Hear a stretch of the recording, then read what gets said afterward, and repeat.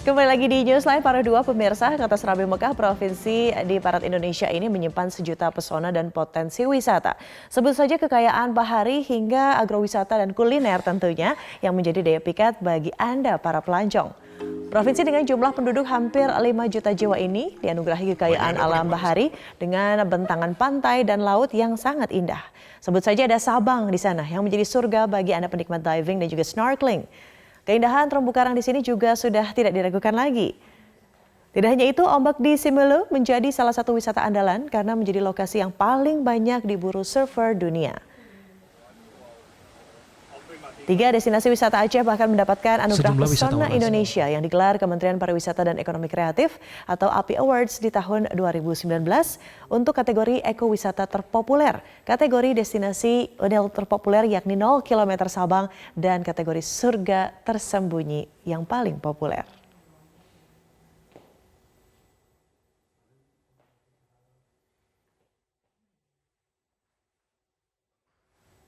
Dan tidak hanya memiliki potensi wisata yang luar biasa.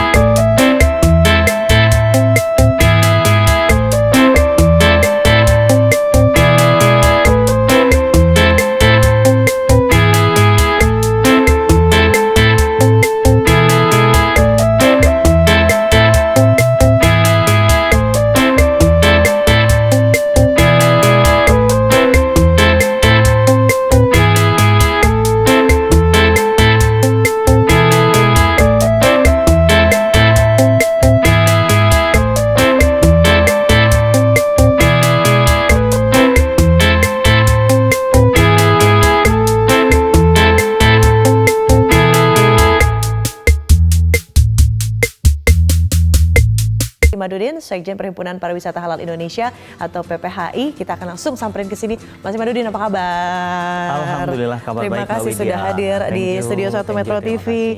Tadi udah langsung ngiler aja ya, siang-siang gitu ya, ngelihat kuliner dari Aceh sangat kaya sama rempah di sana. Betul. Apalagi sih sebetulnya yang bisa memikat para pelancong, terutama dari mancanegara yang biasanya selalu kalau nggak Bali, Lombok. Di sana padahal ada Sabang yang cantiknya luar biasa. Saya pernah ke Sabang soalnya. Seperti apa coba diceritakan? Oke, kalau kita bicara tentang Aceh, sebenarnya kita bicara tentang potensi wisata yang spesifik, Mbak Widya.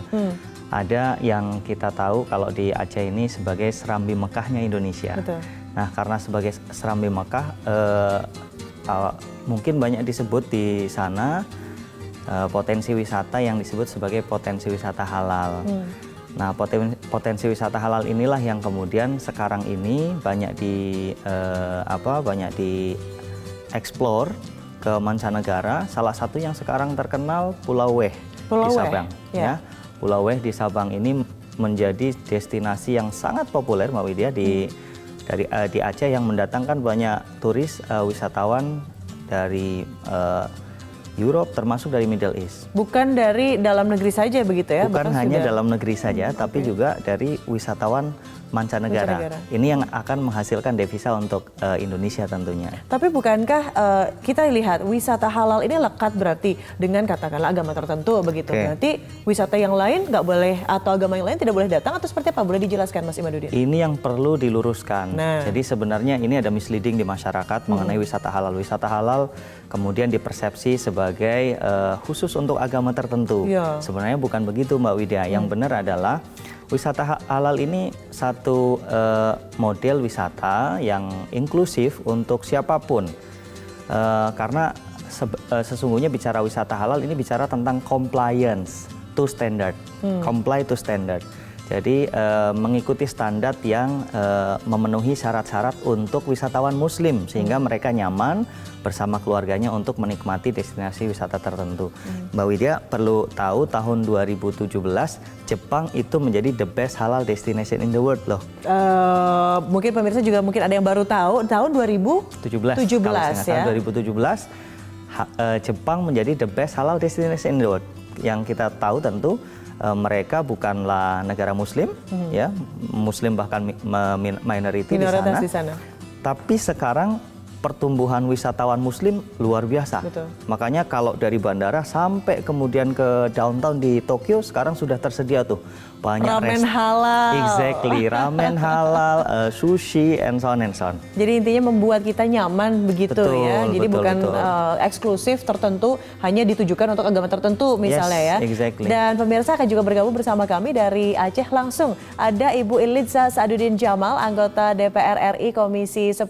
Selamat siang Ibu Iliza. Nah, sudah bergabung bersama kami. Ibu, jadi gimana nih Aceh kayaknya semakin cantik. Tadi Mas Imadudin juga bilang, aduh di sana tuh udah keren banget, apalagi yang namanya Pulau Weh. Silahkan Bu, dikasih tahu bagaimana ini lebih banyak untuk menjaring wisatawan untuk pergi ke Aceh. Ya, tentu Aceh terus berbenah untuk bagaimana memajukan wisata di Aceh. Jadi bicara tentang Aceh ya, identik dengan syariat, tetapi bukan berarti syariat itu menghalangi kemajuan daerah, terutama di bidang wisata. Dan sebagaimana disampaikan oleh Mas Imanuddin tadi, bahwasanya Pulau Weh itu ya sesuatu tempat yang sangat menarik untuk dikunjungi wisatawan, terutama wisata bahari di sana, apalagi ada kilometer 0, di mana titik Indonesia dari Aceh, dimulai dari Aceh dan sampai dengan ke Papua ya. Kalau Aceh memang kami sangat optimis tentang bagaimana memajukan wisata di Aceh. Karena Aceh itu kaya sekali dengan destinasi, ada 978 spot tempat kunjungan wisata. Baik wisata bahari, wisata alam, kemudian juga wisata kuliner yang sangat terkenal, ada mie Aceh, ayam tangkap, dan gulai kambing. Pokoknya kalau bicara Aceh, saya pastikan siapapun yang datang ke Aceh akan naik berat kilo naik berat badan gitu ya Bu ya. Nggak apa-apa, yang namanya gitu. masih liburan ya akan kita naik. senang-senang. Nah tapi Bu Iliza, sudah ada tidak sih data begitu tentang gaya liburan yang lekat dengan anak-anak milenial? Biasanya kalau anak-anak milenial itu mencari Instagram spot begitu, atau yang mungkin juga sesuai dengan lifestyle mereka, kopi. Kita tahu bersama bahwa Aceh memiliki kopi gayo begitu ya. Sudah ada datanya tidak Bu? Berapa orang saja atau jumlah usia mana saja yang paling sering datang ke Aceh selama sepanjang 2019? Nah, memang saya kurangnya memang belum memiliki data konkret tentang itu. Tetapi memang kalau siapapun yang datang ke Aceh, Aceh itu dikenal apalagi kota Banda Aceh 1000 warung kopi. Jadi sekali satu mangkok kopi bisa wifi seharian gitu ya. Dan spot wifi pun di warung kopi semuanya lengkap gitu. Jadi kalau di tempat lain harus membayar, di sini cukup dengan minum kopi. Semua wifi ya. Jadi memang kalau kopi Aceh memang udah terkenal di mana-mana karena memang ada kopi yang terbaik yang memang kelas dunia gitu ya. Jadi memang banyak hal di Aceh, bukan hanya bicara kopi. Kalau ngopi itu di ketinggian Pulau Gayo, di Gayo itu bisa langsung di kebun kopinya langsung. Dan itu festival itu setiap tahun dilaksanakan. Jadi even banyak kegiatan yang dilaksanakan. Hanya memang kita perlu membranding Aceh agar orang banyak bisa wisatawan baik Wisman maupun Wisnus bisa hadir ke Aceh untuk menikmati kopi, kuliner dan sebagainya. Jadi one whole package ya. Tadi juga yang menarik adalah bukan hanya wisata kuliner, tapi juga ada wisata olahraga bagi para surfer. Itu terkenal sekali yang namanya Ombak Simele begitu ya. Saya mengikuti sebuah perhelatan internasional waktu itu di Banyuwangi, Jawa Timur. Mereka mengatakan, saya ingat sekali waktu itu dari Rusia, dia bilang salah satu yang destinasi surfer yang paling dicari adalah di Banyuwangi dan juga di Aceh. Saya pada saat itu baru tahu bahkan dari orang Rusianya begitu, karena dia bilang ombaknya itu sangat cantik. Nah saya juga kurang paham nih, ombak cantik ini bukan hanya dipandang tapi juga untuk para surfer. Saya pengen ke Mas Imaduddin dulu deh, gimana nih Mas? Oke, kalau sebenarnya ada satu lagi yang mungkin tadi belum di-mention. Aceh punya pulau banyak di Singkil, begitu ya Bu Iliza ya? Singkil ya? Ya, di Singkil. Betul. Kalau kita mau kita mau jujur, Aceh itu more than Maldives ya. Maldives bahkan mungkin ya masih nggak seberapa indah dibanding Aceh. Dan saya yakin destinasi kita ini nggak kalah. Hanya memang kita mesti berbenah seperti Bu Iliza tadi sudah sampaikan, kita mesti berbenah. Salah satu yang kita perlu benahi adalah di amenities. Selain accessibility, amenities. Pariwisata ini sebenarnya bicara tentang triple A, accessibility, amenity, sama attraction. Attraction, destinasi di kita nggak kurang-kurang. Sudah ada banyak. Banyak sekali. Bu Iliza tadi sebutkan Aceh punya 975 spot. Ya. Dan itu the best. Ya, tetapi akses menuju ke sana kita masih punya challenge. Kemudian berapa hotel yang kita miliki di sana, bintang 4, bintang 5. Kalau kita misalnya mau masuk ke Middle East, maka tipologinya mereka ingin ada 5-star hotel, kemudian nanti ada makanan Arabian food dan yang lain-lain. Yang tentunya sesuai begitu dengan semangat tadi halal tourism. Nah, tapi pertanyaan selanjutnya, apakah sampah-sampah eco-green di sana, ekowisata sudah hadir? Bagaimana juga tentang kesadaran warga kita sama jaga-jaga bareng-bareng begitu ya. Katanya mau mendatangkan wisata banyak, tapi sampahnya masih di mana-mana. One single use plastik juga masih digunakan. Jawabannya setelah jeda pariwara berikut ya. Mas Imadudin dan juga Ibu Liza, tetaplah bersama kami pemirsa di Newsline. Kami akan segera kembali.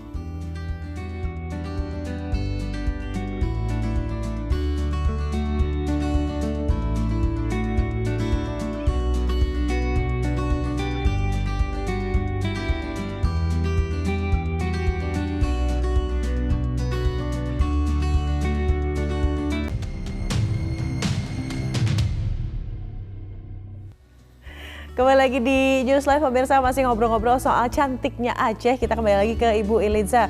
Bu, berdasarkan data, ini Aceh ini menjadi provinsi kedua mendapatkan dana otsus terbesar setelah Papua, itu sampai 8T. Nah, alokasinya untuk sektor pariwisata gimana nih Bu? Boleh diceritakan?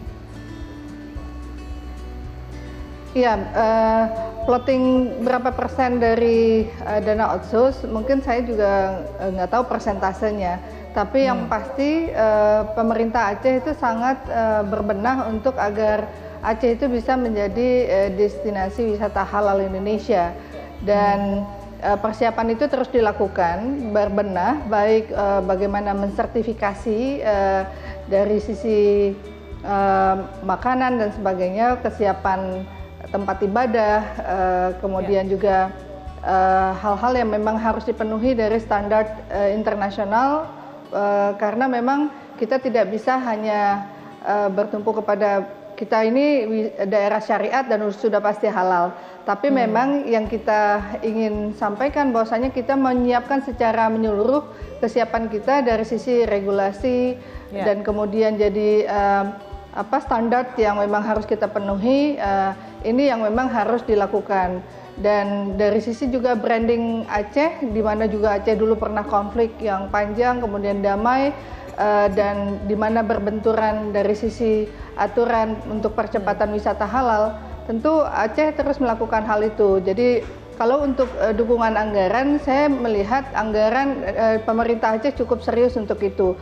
Hanya saja kita juga berharap pemerintah kabupaten kota juga memberikan dukungan itu. Masih banyak juga kelemahan dari pemerintah kabupaten kota, misalnya promosi, dana anggaran promosi wisatanya masih cukup kecil misalnya.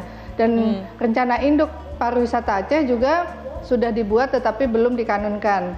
Nah, harapan kita memang percepatan ini bisa dilakukan dengan adanya rencana induk kepariwisataan Aceh. Kemudian itu sudah dikanunkan sehingga lebih terukur, lebih terarah ketika membuat percepatan dan sinergitas tentunya ya, bukan hanya dari pemerintah aja gitu loh. Ini PR-nya banyak dari masyarakat juga. Tadi Mas Imadudin juga mengatakan ayo dong sama-sama kasih sosialisasi dan juga kesadaran. Salah satunya terkait ekosistem di sana seperti apa, lingkungan. Kita semua sudah paham bahwa one single use plastik itu sudah tidak boleh digunakan lagi. Di sana seperti apa Mas Imadudin? Kasih gambaran. Selain regulasi tentu kita tahu kalau masyarakat sebagai salah satu stakeholder di Pentahelix pariwisata, dan saya kira ini perlu didorong untuk punya kesadaran sama-sama terhadap pariwisata. Pariwisata tidak hanya membentuk destinasinya, tetapi juga masyarakatnya. Kita bisa belajar dari Banyuwangi, di mana Banyuwangi masyarakatnya sudah jauh lebih baik dalam memandang pariwisata, karena pariwisata sekarang menjadi jantung ekonomi masyarakat Banyuwangi.